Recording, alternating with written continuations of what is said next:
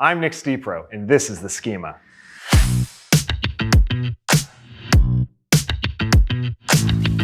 Today I'll be talking to Phoebe Yang about how healthcare organizations can keep pace in a rapidly changing world.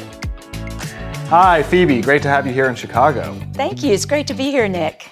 Why don't we start, before we get into the meat of it, if you can introduce yourself to the audience and tell us a bit about yourself. Sure, happy to. Well, I started my career a long time ago as a lawyer, but realized fairly quickly I liked building things more than I liked fighting. So I was a corporate lawyer and a project finance lawyer, and I ended up spending the first half of my career in the media industry at a time when it was being dramatically changed, even disrupted by digital forces. And if you look across the major industries that we have in an economy, it was really the first to be digitally disrupted.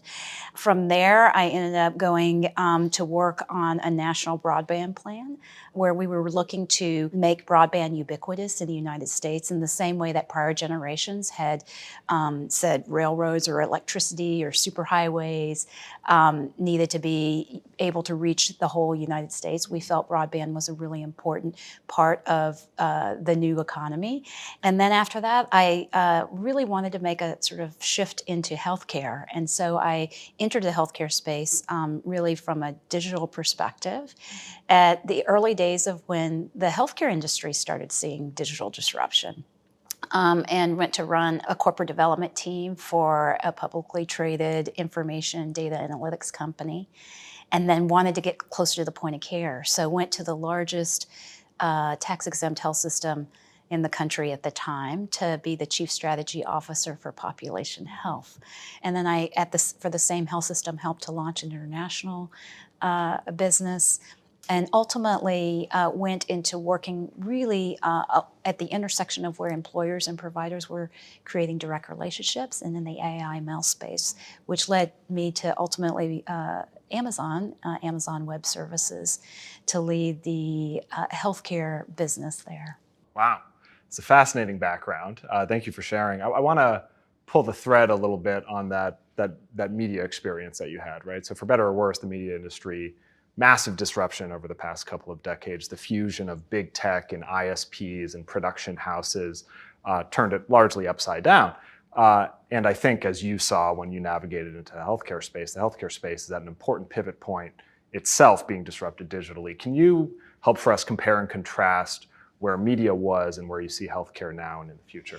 You know, it's interesting. There are a lot of similarities. I don't want to overstate the similarities or analogies, but I will say that as both highly regulated industries that have B2B models primarily, which then move to B2C models and then B2B2C models, there are some similarities. One is that, you know, as we've begun to move into what does a consumer, a healthcare consumer, want or need, we've really begun to think about things in terms of affordability, convenience, access, choice, and those were all things that we thought about in the media industry as the digital forces were beginning to disrupt that industry. Similarly, as I said, the B2B to B2C and the B2B to C models had to emerge, and not all of the incumbents had the capabilities to really engage in that space. I'll give you an example. Back in the media industry days when I was working in it, the vast majority of our content was on what we call B-roll. Remember those old sort of reels of film and tape? That's what our content was on. It wasn't in digital format. So we had to think about not only how do we digitize those assets, but how do we really then create business models that some would think would disrupt our traditional models of distributing media, and to some extent that they did, but it was really important to the future of our industry to be able to move in that direction. Similarly, in healthcare, we've got new models of care, we've got the digital disruption of care, and we've got new entrants. And there's a real focus, again, on affordability, access, convenience, and choice. And we're moving from B2B models into B2B to C models and B2C models that are really important, and some of the incumbents feel threatened by that, right? And so I think that there are a lot of similarities and things we could probably learn as we navigate that journey and investing in the future, while at the same time ensuring that what we're doing today is really in the best interests of those we're serving. Yeah, it's interesting. You use a word there, consumer. And there's a lot of talk in healthcare about consumerism, and I think a lot of patients, myself included, would love if the healthcare industry treated me more like a consumer in the way that other industries do. And I think it's failed to take hold. You have some health systems putting marketing consumerism top of mind in terms of how they manage their portfolio of patients or members. Do you want to just comment on that contrast of what a consumer meant in the media industry versus a healthcare consumer today? It's interesting. I understand the, if you can say, allergy or sensitivity to the word consumer in healthcare because it connotes a transactional relationship. And in healthcare, we're really trying to bring long-term, holistic relationships of trust into the work that we do.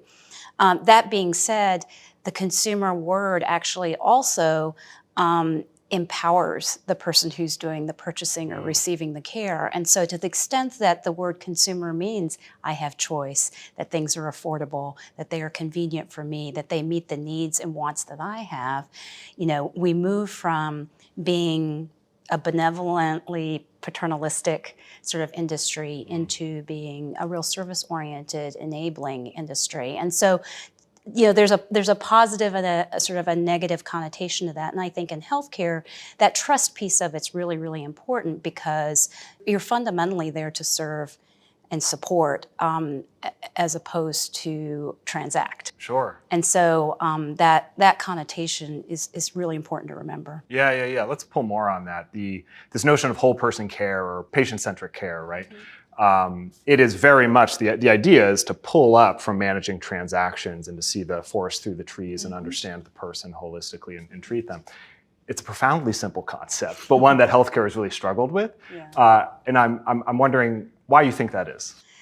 Well, there are lots of reasons, but one of the main reasons is the financial structure of the healthcare industry. And when you're paid to make, sell, produce widgets, you make, sell, and produce widgets. If you're paid on outcomes, then you work towards outcomes. And I think fundamentally we've been very oriented towards the widget and how do we actually create volume-based business over time in order to do well. And so in the context of that, we've divorced the work that we've done from the actual purpose of why we started doing healthcare. When you think about the genesis of healthcare, it was person-to-person care. It was helping one person achieve well-being and health. And so that sort of relationship is really at the core and center of all that we do in healthcare. When we've developed an ecosystem of products and services and financing models that become more and more complicated, but at the same time become farther away from that enablement of care, we've ended up with sort of perverse outcomes as a result. Yeah. And how do you, this concept of outcomes, they're historically hard for healthcare for a couple of reasons. Our physiology is incredibly complex, and so normalizing for a risk-adjusted outcome can be challenging. But also because the time span that you're talking about is so long. Mortality outcome occurs over the course of an entire generation, right? Sure. And that, again, contrasts, not to keep bringing it back to the media industry, but simpler outcomes of how many subscribers do I have? How many times do they tune into the next stream? What is healthcare doing, or what should it be doing to be more outcomes oriented to enable this shift from managing a transaction to managing to the outcome? Well, we do have to change the reimbursement model. I mean, that's one sort of major rock in the jar. But another area is, in order to change that model, we've got to begin to use the data that we have to draw real insights and predictive values in order to really impact those outcomes and demonstrate how those outcomes have in fact improved. And we still have a fairly static binary view of outcomes with respect to our patients, and yet we have lots of data, right? We've got growing volumes of data. And our ability to leverage, gain insight from, build intimacy and trust with our patient/consumer/member is going to be driven off of our ability to really gain insights from that data. So as we move forward, being able to create both sort of a broader platform, but as you said, sort of a longitudinal view of any particular individual, not just with respect to their clinical state, which is really important, but it's only one aspect of the well-being of an individual. And a lot of things are not really clinically based. We know that clinical data and claims data are retrospective. They tell us what the past has looked like for an individual patient or a population as a whole. What we have found, and when I was doing population health work, really in the early days of after the Affordable Care Act came out, what we found is that the most predictive data that we had was not claims or clinical data. It was in fact what we now call social determinants of health. At the time we didn't have that term, but we really were driving towards really what any nurse, ER nurse could tell you when a patient walked in the door, whether they were going to be, a readmission or not, whether they were going to follow the protocols, all those things that people know when they've been in clinical practice for a long time and can identify. So those are the predictive factors. Yeah. And I think, if you are dependent on an hourly wage earner to get to your next doctor's appointment, you're probably not going to go to the next doctor's appointment.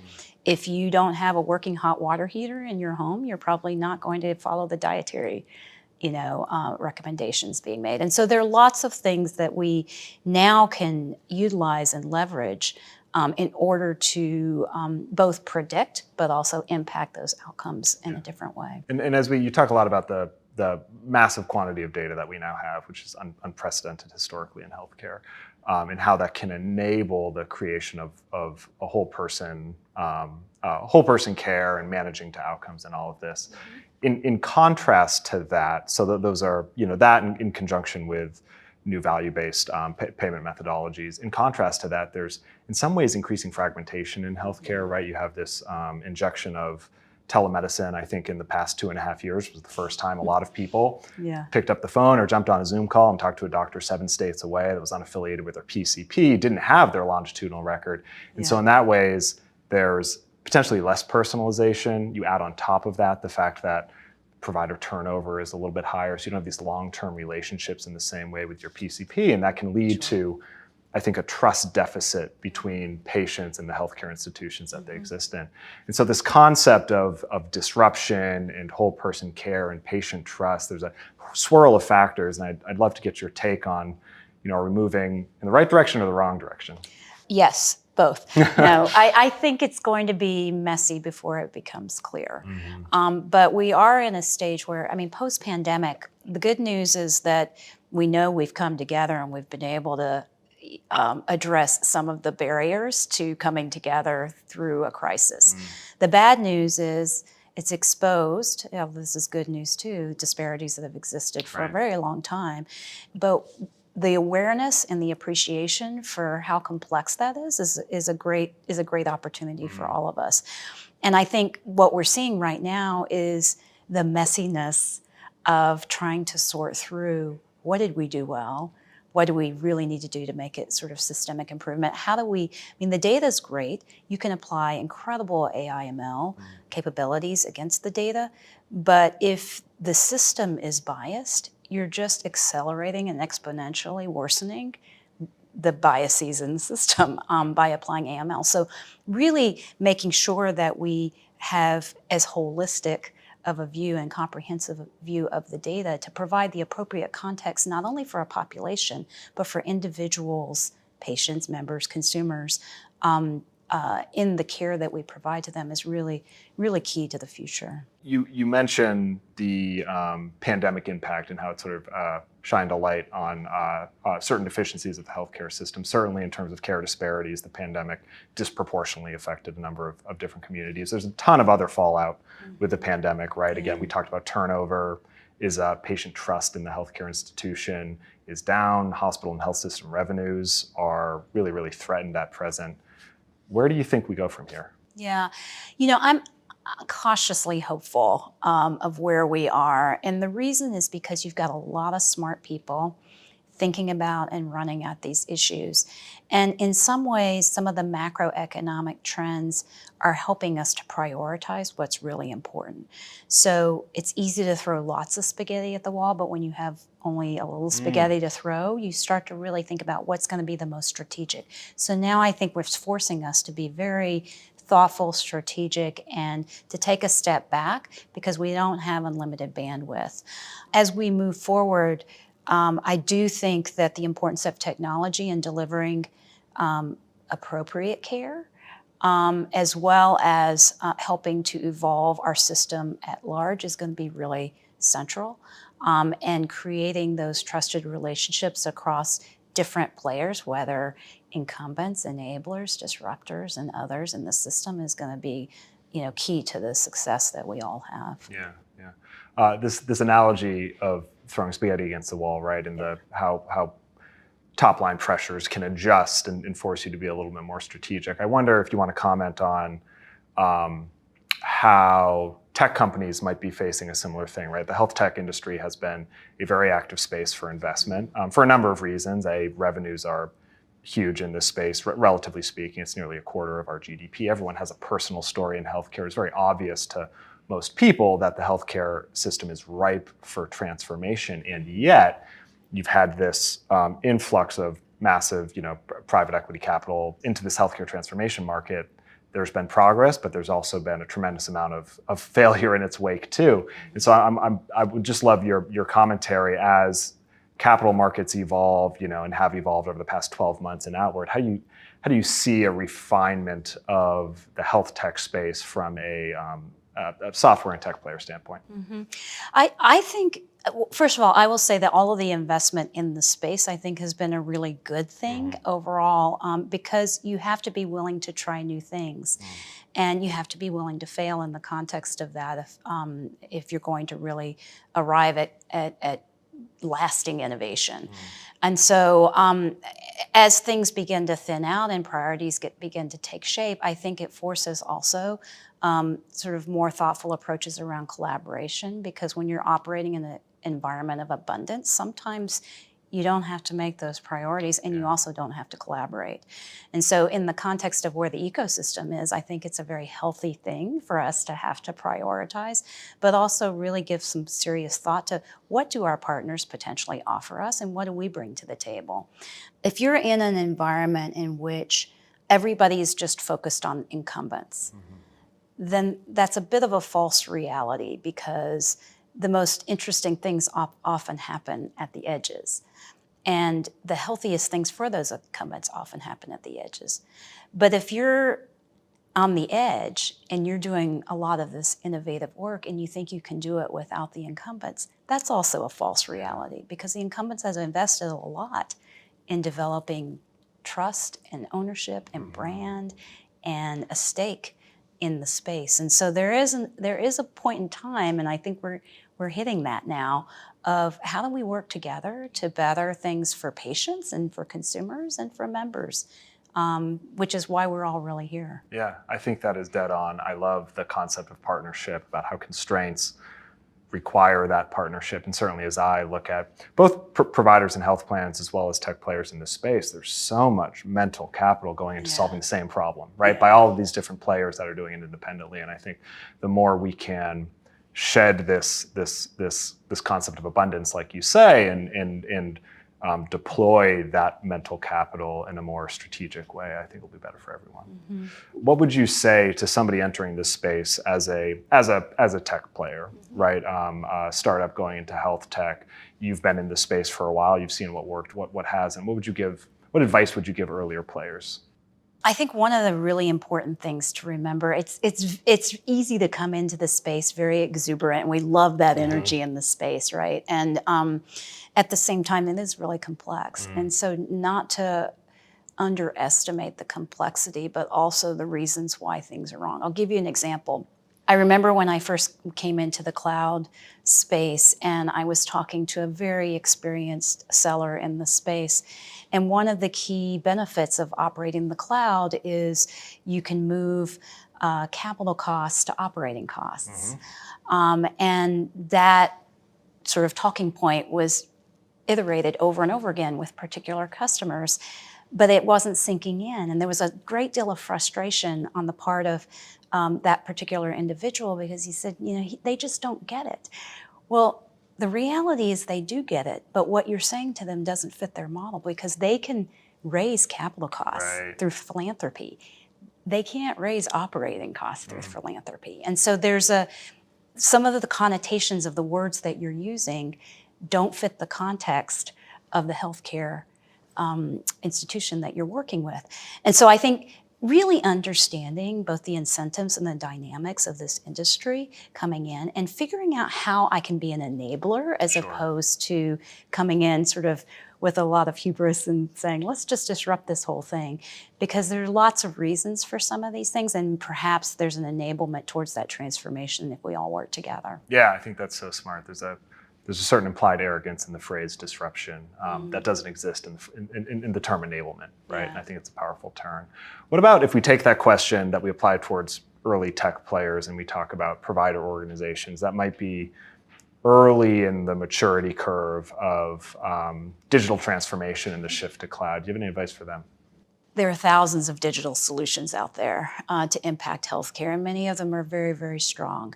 But unless you start with what I've seen is a common key ingredient across successful organizations adopting these solutions, you're not going to be successful. And that common key ingredient is culture change, a culture of wanting to innovate and adapt and advance and move forward.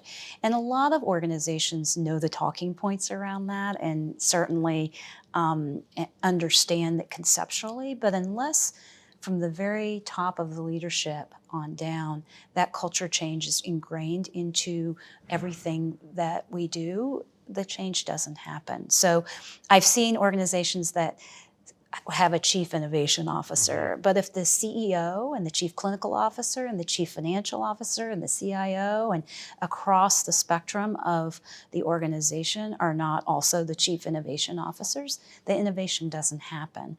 Yeah. And so one of the key things that really has to happen, I think, across all these organizations, if you want to adopt digital solutions, if you want to move into cloud computing, is that top-down sort of cultural leadership and cover for that innovation. The flip side of that is we have to be willing to push innovation to the edges. The monolithic sort of approach towards innovation often doesn't work because there's no way that one single person or one single group of people can innovate across the complexity of any particular healthcare organization. And so in the context of really wanting to affect transformation towards the end of better outcomes, we all have to be in it together. And so actually having teams that work outside of that core on particular areas that can also be empowered to innovate as well, that's really key to the appropriate use of digital solutions and through any kind of cloud adoption. Yeah, completely agree. Last question, Phoebe.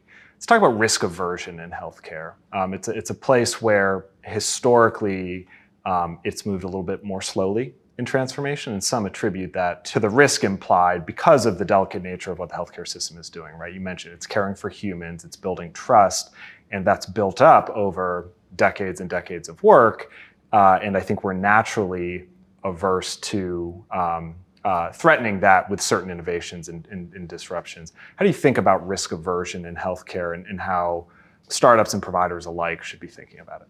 So I think the single most misunderstood notion in healthcare is this idea of risk. We tend to think of everything in very binary terms. Everything is either life or death. It has life or death consequences. And the result of that is that we paralyze ourselves. The reality is at least 80% of decisions, even in healthcare, are not binary decisions. They are what we think of as two-way doors. You have 70% of the information, you walk through that door. If it's not what you should be doing, you turn back around and you pivot and you learn from that and you move on. But because we have this notion that everything is very binary and and it's either life or death consequences, we paralyze ourselves to advancing. And that, in fact, is the riskiest position of all. What I've often seen is, the analogy is you've got a hemorrhaging patient. You have no idea what the source of the bleeding, what's happening with this patient. But if you wait until you've figured out all of the possible prognoses and diagnoses around this patient, the patient could have died. Mm-hmm. And so inaction is the riskiest course of action of all. And so in the course of that, I think one of the things that we have to remember is that we need to develop a much more sophisticated understanding of risk in healthcare, determine what sorts of risks truly are binary and which ones actually have sort of multifaceted elements to it, and de-risk those decisions so that we can move forward to advance what we all want, which is better care. Yeah.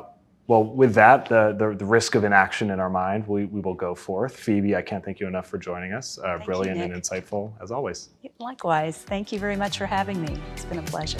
Sure.